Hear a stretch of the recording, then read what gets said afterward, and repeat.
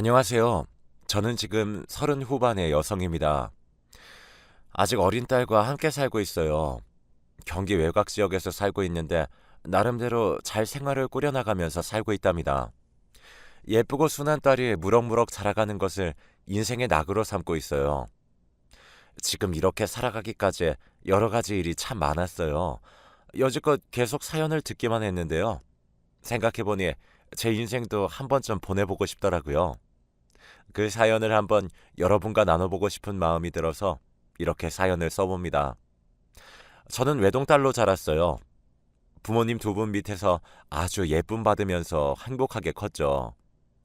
친정이 그리 잘 살진 못했지만 그래도 자식이 저 하나라 저를 부족함 없이 키우시려고 애를 정말 많이 쓰셨거든요. 없는 살림에도 저 하나는 기죽지 않게 하려고 항상 따뜻한 밥에 깨끗한 새 옷을 사주시고 그랬어요. 저는 부모님이 잘해주셔서 행복했지만 또 태어나서부터 그렇게 받아오면 어릴 때는 고마운 걸 많이 체감하지 못하잖아요. 제가 한 20 중반 정도까지는 그랬던 것 같아요. 20 중반, 26살 정도 되었을 때였어요. 그때까지는 남자친구 하나 없이 그저 공부만 하는 학생이었죠.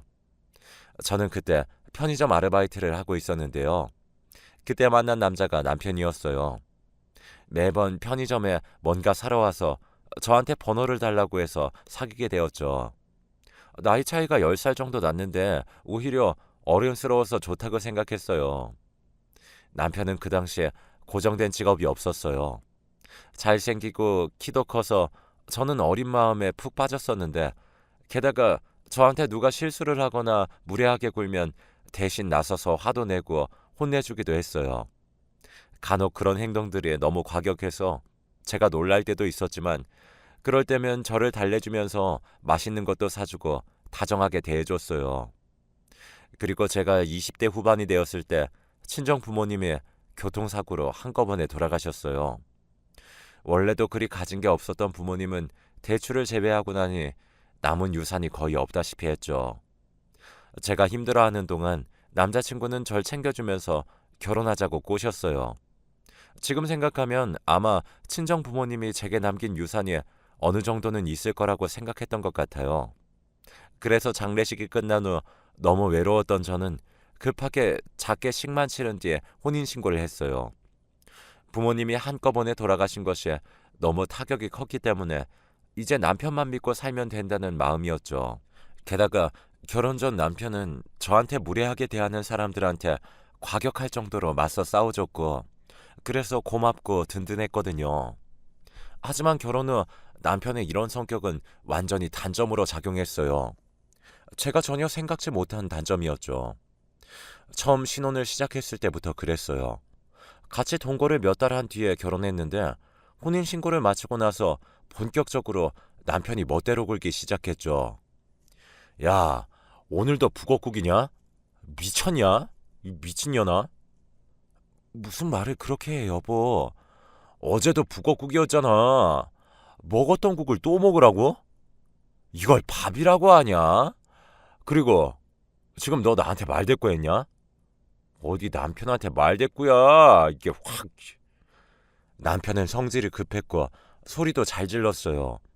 아침에는 일찍 일어나지도 않았지만 일어나는 시간에 맞춰 따뜻하게 갓 지은 밥을 대령해야 했고 두 번이라도 같은 반찬을 내놓으면 불호령이 떨어졌어요.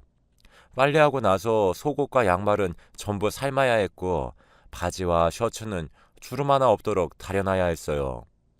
월세를 구한 반지 앞방에 신혼살림을 차렸는데 방에 먼지 한 톨이라도 있으면 난리가 나는 날이었죠. 저는 집에서도 부모님이 일을 하지 않도록 곱게 키우셨던지라 처음에 집안일을 하면서 정말 힘이 많이 들었어요. 부모님은 저를 거의 혼내지 않으셨는데 거의 매일같이 남편의 호통을 들으면서 살려니 미칠 것 같았죠. 게다가 더 문제는 남편이 돈을 안 벌어온다는 거였어요. 남편은 원래도 고정된 직업이 없었지만 배달이나 건설 현장 등 그래도 돈이 될 만한 기회가 있으면 어느 정도 일을 해서 한 달에 200 정도는 벌었던 것 같아요. 하지만 저와 결혼한 이후에는 점차 더 일을 나가는 일이 줄었어요. 아침에 일어나서 제가 차려놓은 밥을 먹고 제가 빨아서 다려놓은 셔츠와 바지를 입고서 나가긴 하는데 어디로 가는지 알 수 없었죠. 제가 어디 가냐고 물어보면 그런 걸 왜 물어보냐고 화를 내곤 했으니까요. 그런 와중에 아이를 임신하게 되었어요. 처음에는 임신을 하고 나면 남편이 조금 부드러워지지 않을까, 성실해지지 않을까 기대를 했는데 남편은 아주 귀찮다는 듯한 표정을 지었죠. 아마 이런 남자하고 왜 살았냐고 한심하다고 하시는 분도 계실 거예요. 그런 남자 당장 버리고 이혼했어야지 뭐 하고 있었던 거냐고 하실 분도 계시겠죠. 하지만 저는 그때 친정 부모님이 한꺼번에 돌아가신 상황이었고 원래도 천성적으로 좀 심약한 부분이 있었어요. 그때 남편한테 버림받으면 정말 내가 기댈 곳이 아예 없구나 하는 마음에 남편한테 아무런 말도 하지 못했고 이혼할 생각도 아예 하지 못했죠. 그런데 어느 날 남편이 집에 있다가 전화 한 통을 받았어요. 남편은 그 전화번호가 누군지 알자마자 반쯤 드러누워 있던 자세에서 벌떡 일어나 앉으면서 긴장된 목소리를 냈어요. 예, 형. 아, 네, 뭐 그럭저럭 살고 있습니다. 아, 예. 남편은 뻣뻣하게 굳어서 앉아있다가 긴장해서 고개를 끄덕이고 일어났어요. 전화를 끊고 나서 갑자기 저한테 식사를 준비하라고 하더군요. 그것도 손님이 올 테니 신경 써서 하라고요. 하지만 여보, 우리 아직 아침 먹은 지 얼마 안 됐는데. 남편이 늦게 일어나는 편이라서 아침 식사도 당연히 늦게 먹을 수밖에 없었어요. 하지만 남편은 저한테 신문을 집어던지면서 소리 질렀죠. 하라면 하지 뭐가 그렇게 말이 많아! 평소보다 더 신경질적이어서 저는 급하게 싱크대 앞으로 도망갔어요. 그 사이에 남편이 밖으로 나가서 누군가를 데리고 들어왔죠. 남편이 누굴 데리고 집에 온 건 처음이라 저는 의아해서 그쪽을 쳐다봤어요. 남편은 긴장한 채로 어느 남성과 들어오고 있었어요.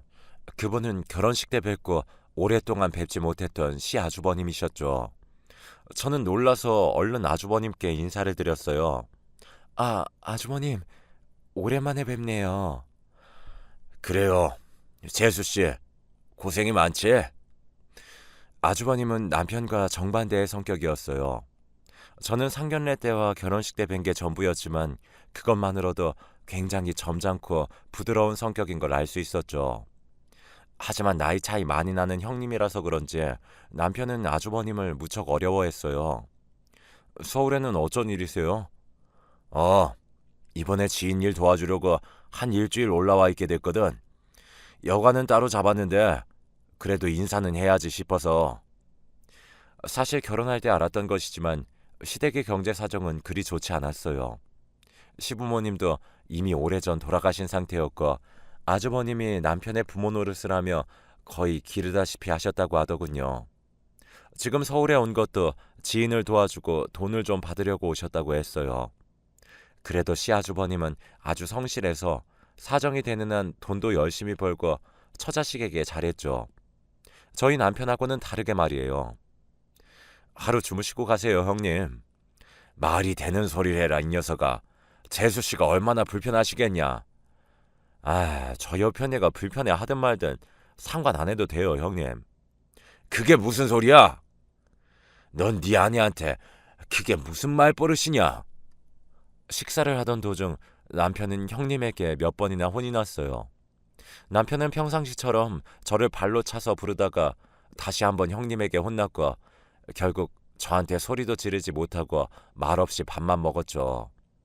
저는 아주버님이 가능하면 오래 저희 집에 계시면 좋겠지만 분명 그런 소리를 했다간 남편이 나중에 엄청나게 뭐라 할 것 같아서 입을 다물었어요. 저는 당시에 워낙 주눅이 들어있어서 아주버님이 제게 관심을 보이면서 뭐라고 묻는 말에도 잘 대답을 하지 못했죠. 아주버님은 남편의 성격을 알고 있어서 제가 왜 그랬는지 아시는 것 같았죠. 아주버님은 남편을 데리고 나갔고 저녁 때쯤 남편이 돌아왔어요. 올 때는 화가 잔뜩 나 있었죠. 왜 그렇게 화가 나 있어? 야, 네가 형님한테 꼰질렀냐? 뭘요? 내가 돈 안 번다고 네가 그랬어? 소리 지르고 한다고? 야, 이거 미쳤네. 너 진짜 돌았구나. 너 나하고 안 살고 싶어? 남편은 소리를 질렀어요. 저는 임신한 상태라 유산할까 무서워 배를 감싸쥐고서 방구석에 서서는 제가 그러지 않았다고 울먹거렸죠. 남편은 화가 나서 그대로 뛰쳐나가 그날은 아예 집에 들어오지도 않았어요. 저는 불 꺼진 집에서 혼자인 것도 무섭고 남편이 있어도 무서울 것 같아 어찌할 바를 몰라서 울기만 했어요. 친정 부모님이 모두 돌아가신 것이 그리도 서러울 줄은 정말 상상도 못했었죠. 일주일 뒤 아주버님이 다시 집으로 찾아오셨어요. 그때는 남편이 집에 없어서 저 혼자 멍하니 앉아 있었는데요. 아주버님은 한 손에 과일 바구니를 들고 와서 집에 들여놓으셨어요. 저는 임신하고서 내내 신것이 먹고 싶었지만 돈은 쌀을 사기도 모자랄 지경이었고 과일은 당연히 꿈도 꾸지 못했어요. 아주버님이 들여놓으신 과일 바구니를 보고서 저는 민망하게도 입에 침이 한가득 고였죠. 아주버님, 이런 걸 다... 재수 씨가 임신했는데 아무래도 동생 놈이 이런 걸 사올 녀석이 아니라서요. 아주버님은 미안하다는 듯 웃었어요. 저와 남편도 나이 차이가 꽤 났는데 남편과 아주버님도 나이 차이가 많이 났기 때문에 거의 아빠뻘에 가까울 정도였죠. 임신하면 이런 거 많이 먹고 싶어 하더라고요. 우리 마누라도 그랬거든요. 저는 이런 배려를 받아본 것이 결혼한 이후로 처음이었어요. 과일 보니까 그제야 제가 얼마나 과일이 먹고 싶었는지가 확 올라오더라고요. 그래서 저는 아주버님이 앞에 계시는데도 바구니에서 허겁지겁 과일을 꺼냈었죠. 귤이 들어있길래 얼른 껍질을 까서 망설이다가 반을 갈라 아주버님께 내밀었죠. 아주버님은 웃으면서 고개를 저으셨고 저는 귤을 거의 한 입에 다 먹어버렸죠. 목구멍으로 시고 달콤한 귤즙이 흘러들어가는데 눈물이 찔끔 나오더라고요. 울음 때문인지 귤 때문인지 모르게 목이 맨 저를 보고 아주버님은 한숨을 쉬셨어요. 뭔가 사과를 하기도 하셨던 것 같아요. 그러고 아주버님은 떠나셨고 저는 그 자리에 앉아 거의 과일 한 바구니를 다 먹어치워버렸어요. 그 이후로 아주버님은 생활이 바쁘신지 거의 못 뵈었죠. 그리고 그로부터 얼마 지나지 않아 남편은 바람을 피우기 시작했어요. 아마 그 이전에도 여자를 만나긴 했던 것 같아요. 하지만 그때처럼 본격적은 아니었죠. 그때는 아예 다른 살림을 차려버렸어요. 어찌나 감쪽 같았던지 저는 아무것도 몰랐죠. 그런데 어느 날 전화가 온 거예요. 거기 오빠네 집이에요? 네? 누구시죠? 대뜸 집으로 걸려온 전화에 저는 놀라서 누구냐고 물었어요. 젊은 여자 목소리였는데 당시 30대 초반이던 저보다 훨씬 젊게 느껴지는 목소리였죠. 남편을 찾는 여자 목소리에 불안해서 누구냐고 물었는데 그 여자가 저를 비웃더라고요. 아, 아줌마가 그 답답하고 못생겼다는 그 아줌마구나. 네? 오빠가 아줌마 되게 싫어하던데요. 마누라가 못생겼는데 이혼 못해서 지금 같이 사는 거라고 하던데요. 아줌마, 왜 그렇게 오빠한테 집착해요? 진짜 싫다. 뭐라고요? 지금 무슨 말 하는 거예요? 요새 오빠 거의 저희 집에서 사는데 아직도 모르는 거예요? 아, 완전 둔한 거야? 아니면 모르는 척 하는 거야? 어느 쪽이든 끔찍하네. 여자는 한참이나 정신 못 차리고 있는 저한테 잔인한 말을 퍼부은 다음 전화를 끊었어요. 저는 멍하니 전화기를 들고 있었죠. 생각해보니 남편은 이미 일주일째 집에 들어오지 않고 있었어요. 집에 고지서가 쌓여가고 돈을 미납해서 전기가 끊어진다고 경고장이 날아온 상태였죠. 겨우 1살 된 딸한테 먹일 이유식도 모자랐어요. 몇 년의 결혼 생활 동안 남편이 집에 성실하게 들어온 적은 손에 꼽을 만큼 적었기 때문에 저는 남편이 아예 두 집 살림을 차렸다는 걸 모르고 있었던 거였어요. 마침 그날 남편이 집에 들어왔어요. 밤늦게 들어온 남편을 한참 물끄러미 바라보면서 저는 잠든 딸아이의 배를 두드려주고 있었죠. 결혼한 지 몇 년이 지났는데 우리는 여전히 처음에 그 35만 원짜리 월세 반지 하방을 못 벗어나고 있었죠. 부엌과 방 하나뿐이라서 어디 도망가서 피할 곳도 없는 곳이었고 저는 이제는 피할 기력도 없었어요. 남편은 제가 딸아이를 재우고 있는 걸 보더니 얼굴을 구기면서 짜증을 부리더군요. 거 머리도 좀 빗고 깔끔하게 좀 하고 있어. 왜 이렇게 여자가 더럽고 게으른 거야? 나도 모르겠어요. 뭐? 무슨 헛소리야? 아, 하여간 더럽고 게을러서는. 난 무슨 저런 거랑 결혼을 해서는. 남편은 짜증을 내면서 손에 든 담뱃갑을 집어던졌어요. 저는 담뱃갑에 얼굴을 맞고서도 우두커니 앉아있다가 남편에게 말했어요. 우리 이혼할까? 뭐? 제 갑작스러운 말에 남편이 눈을 휘둥그레 뜨고서 저를 바라봤어요. 그제야 그 사이 많이 늙어버린 그리고 많이 추해진 남편의 얼굴이 눈에 들어오더군요. 아직 그렇게 많은 나이는 아닌데도 잔뜩 주름이 졌고 반대로 기름기는 번들거렸어요. 얇아진 입술은 술 담배를 많이 해서인지 거의 보라색이었죠. 나도 저렇게 추할까 그 생각을 하면서 저는 말을 계속했어요.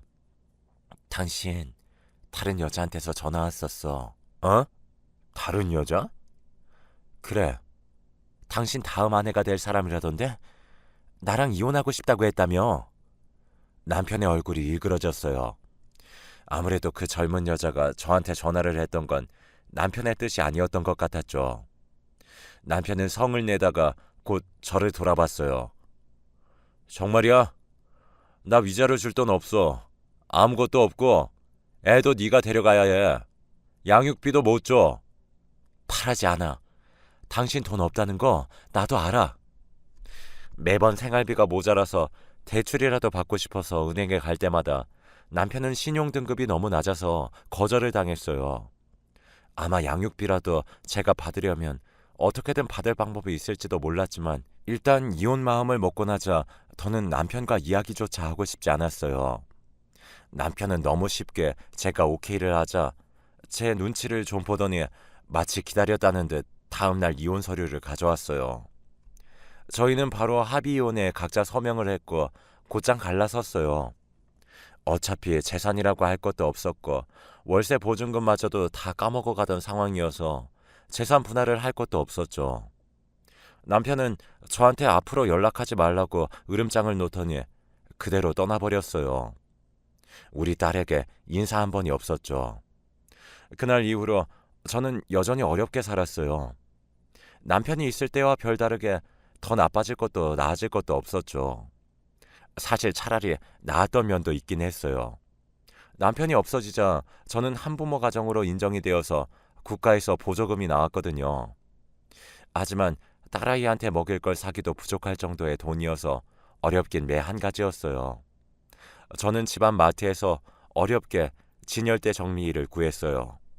원래 마르고 체력이 약한 편이었고 뭐 좋은 것도 전혀 먹지 못해서 진열대 정리를 하다 보면 체력이 금방 바닥이 나곤 했죠. 약해 빠지게 생긴 저를 보고 마트 사장님은 당연히 구직을 거절하려고 나섰지만 제가 사장님 바지가랑이를 잡고 매달려 지금 정말 일을 구하지 못하면 밖에 나앉을 수밖에 없다고 애원했어요. 그 때문에 사장님은 동정심이 들어 저를 고용해 주셨고 저는 쓰러지더라도 일을 열심히 했어요. 배려로 일자리를 구하긴 했지만 쓸모없는 사람이 되면 안 되었으니까요. 오전에 겨우 서너 살 된 딸아이를 돌보다가 아이를 두고 나와서 마트에 들어갔어요. 집 근처라서 얼마나 다행이었는지 몰라요. 마트에서 쌀 포대며 무박 쓰며 음료수 박스들을 들어 옮기면서 허리도 여러 번 다쳤죠. 다행히 아직 젊어서인지 며칠 지나면 견딜만 해졌고 그래서 다시 일을 나가기를 반복했어요. 그런 사이 허리 통증은 만성이 되었고 손가락이며 발은 울퉁불퉁해졌어요. 20살 시절 부모님 밑에서 사랑만 받고 자라던 외동딸이던 저는 어느샌가 온데간데 없이 사라져버렸죠. 일을 하고 밤늦게 10시가 넘어 집으로 들어오면 딸아이가 허겁지겁 달려와서 저에게 안겨들었어요. 아이는 울면서 저한테 내일은 나가지 말고 같이 놀아달라고 했지만 그럴 수가 없었죠. 딸을 껴안고 그 밤에 같이 라면 하나를 끓여 나눠 먹었는데 그 시간이 그렇게 소중할 수가 없었어요. 그러던 어느 날 무거운 세제 박스를 들다가 허리를 다쳤어요. 저는 평소 삐끗한 것과는 정도가 다르게 아픈 통증에 제대로 허리도 펴지 못하고 있었는데요. 사장님이 급히 다가오더니 빨리 병원에 가라고 하셨죠. 하지만 병원에 갈 수는 없었어요. 병원비가 얼마나 무서운 건지 가난해 본 사람만 알아요. 하루 먹을 쌀도 없는데 우리 딸 입에 들어갈 과자 한 조각 못 샀는데 제 허리 아프다고 병원에 덜컥 가버릴 수는 없었죠. 게다가 허리 통증이 너무 심해서 아무래도 잘못하면 바로 수술을 해야 한다고 하면 어쩌나 하는 공포도 있었어요. 저는 싫다고 집에 가서 잠깐만 쉬면 될 거라고 우기고서 사장님께 죄송하다 하고 집으로 돌아왔죠. 들어와서 눕는데 허리가 정말 너무 아픈 거예요.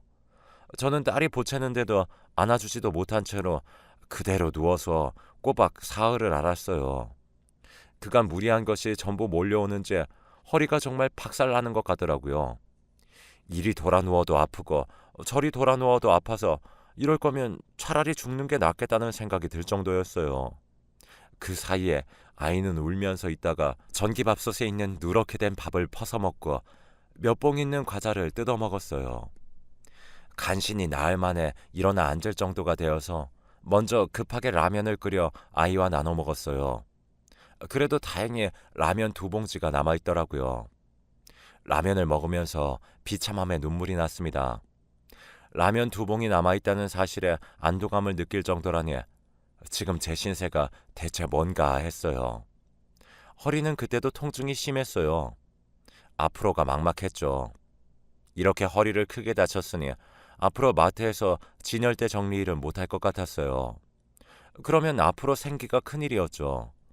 정말 산채로 굶어 죽는 게 아닐까 싶었어요. 저는 딸을 껴안고 멍하니 한참이나 앉아 있었어요. 그런데 갑자기 밖에서 벨이 울리더라고요. 혹시 동사무소에서 나온 건가 싶어 저는 허리가 아픈데도 급하게 나갔어요. 절뚝거리면서 급히 나가 문을 열었는데 누군가가 후다닥 코너를 돌아 사라졌어요. 누구지? 우릴 찾아올 사람은 아예 없는데? 그냥 벨 누르고 도망가는 장난을 친 건가 싶었죠. 저는 좀 이상해서 고개를 갸웃거리다가 문을 닫으려고 했는데 눈에 뭔가 걸리는 거예요. 뭔가 하고 봤더니 자그마한 손가방이었죠. 누가 버린 건가 싶었지만 너무 새 가방이어서 뭔가 이상했어요. 어쨌든 우리 문 앞에 있었으니 나중에 주인을 찾아줘야 하나 싶어서 가지고 들어왔죠. 주인이 누구인지 신분증이라도 안에 들어있을까 싶어 가방을 열었는데 그 안에 놀랍게도 5만 원짜리 현금 뭉치가 들어있는 거예요. 이게 뭐야? 척보기에도 돈은 엄청나게 많았어요. 저는 잘못된 가방을 주워버린 게 아닌가 손이 떨렸어요. 왜 범죄 조직 같은 곳에서 돈 세탁하려고 쓰는 그런 거 말이에요. 저는 그런 걸 아예 몰랐지만 뉴스나 소설에서 나오는 그런 거 상상했죠. 너무 무서워서 가방을 떨어뜨렸는데 돈 위에 흰 봉투가 눈에 띄었어요. 그 봉투 위에는 놀랍게도 제 이름이 쓰여 있었죠. 편지 봉투 안에는 짧은 내용의 편지가 담겨 있었어요. 척 봐도 나이 먹은 남성의 필체였죠. 재수 씨, 이렇게 인사를 드리게 되어 미안합니다. 못난 동생과 결혼해서 고생이 많았죠. 조카 잘 키워줘서 고맙습니다. 너무 고생을 하셔서 제가 할 말이 없습니다. 동생은 불행히도 얼마 전 교통사고로 죽었습니다. 죽으면서 사망보험금 3억을 남겼어요. 이 돈은 누구도 아닌 재수 씨에게 그저 줘야 할 것 같았어요. 정말 미안합니다. 앞으로 행복하게 사십시오. 저는 편지를 읽고 멍해졌어요. 편지 내용을 보니 그걸 보낸 사람이 누구인진 명백했죠. 그때 배웠던 아주버님, 결혼 생활을 하면서 서너 번 배웠던 그분이었어요. 손이 저절로 떨려왔어요. 전 남편은 죽었고 이것이 그 사망보험금인 거였어요. 3억이라는 돈이었죠. 엄마, 왜? 딸이 다가와서 저한테 안겨들었어요. 저는 숨이 안 쉬어지는 듯 떨다가 딸이 다가와서 저를 건드리자 그제서야 비로소 울음이 터져 나왔죠. 눈물이 줄줄 흐르는데 제 눈을 보더니 딸이 걱정하면서 더 폭 안겼어요. 제 목을 안고 매달리는 딸의 팔을 느끼자 저는 더욱 울음을 멈출 수가 없었죠. 숨이 꺽꺽댈 정도로 울음이 터졌어요. 음, 아가, 우리 이제 행복하게 살 수 있어. 하루하루 위태롭던 인생에 더 이상 밑으로 꺼지지 않을 수 있었어요. 매일 먹을 것을 걱정하던 하루들을 더 이상 겪지 않아도 되었고, 딸아이의 낡은 내복도 새로 사줄 수 있었고, 라면을 한 박스 사다 놓을 수 있었죠. 그 모든 것이 감당할 수 없을 만큼의 감격으로 다가와서 저는 딸을 껴안고서 한참이나 울음을 그치지 못했어요. 아무것도 모르는 어린 딸은 우는 저를 보면서 저를 마주 끌어안았죠. 그 이후로 저희는 그 돈 덕분에 월세방을 탈출하여 자그만 전셋집으로 옮겼어요. 제 허리도 잠시 쉰 덕분에 훨씬 좋아졌고 마트 사장님이 제 건강이 걱정된다고 자리도 바꿔주셨어요. 마침 캐셔 한 분이 그만두신 덕분에 그 자리가 나서 그 자리로 옮겼어요. 제가 마트에서 1년을 일했더니 성실하다면서 월급도 올려주셨고요. 월세를 내지 않고 하루하루 밀린 생활비에 쫓기지 않으니 생활은 여유로워졌어요. 저는 딸을 어린이집에 데려다 줄 수 있게 되었고 아이도 밥을 제대로 먹으니 잔병치레가 훨씬 줄어들었어요. 여전히 소박한 생활이지만 이제야 저는 제대로 살아간다고 느끼고 있어요. 자, 여기까지가 제 이야기입니다. 아마 다른 분들이 들으시기에 한심한 면도 있을 거고요. 여전히 불쌍하다고 여기시는 분들도 계실 거예요. 하지만 저는 지금 제 인생에서 가장 행복한 순간을 살고 있어요. 이 사연을 들으시는 분들도 저처럼 행복한 순간을 맞이하시길 진심으로 기대하면서 사연을 마칩니다.